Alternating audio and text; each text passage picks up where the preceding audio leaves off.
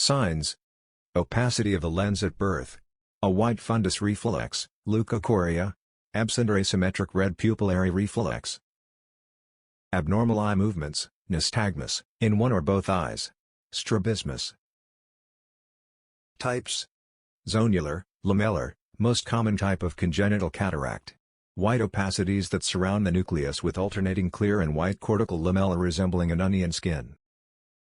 Polar. Small opacities of the lens capsule and adjacent cortex on the anterior or posterior pole of the lens. Nuclear. Opacity within the embryonic/fetal nucleus. Posterior lenticonus. A posterior protrusion, usually opacified, in the posterior capsule. Posterior subcapsular. Opacification of the area immediately anterior to the posterior capsule.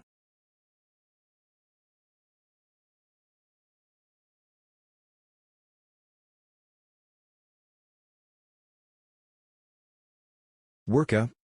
History: maternal illness or drug ingestion during pregnancy? Systemic or ocular disease in the infant or child? Radiation exposure or trauma? Family history of congenital cataracts? Steroid use? Visual assessment of each eye individually by using techniques for nonverbal children, tumbling ease, pictures, teller cards, or by following small toys or a light. Ocular examination. Attempt to determine the visual significance of the cataract by evaluating the size and location of the cataract. Cycloplegic refraction. B-scan. Other tests as suggested by the systemic or ocular examination. Treatment. 1. Referral to a pediatrician to treat any underlying disorder. 2. Treat associated ocular diseases. 3.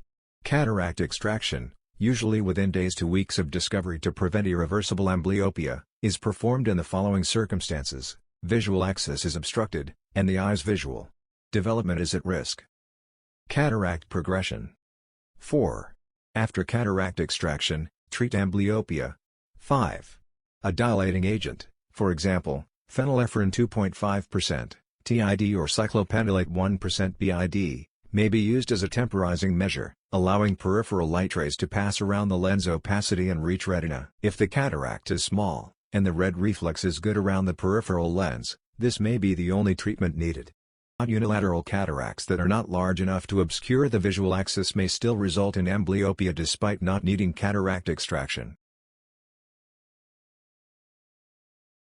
Thank you.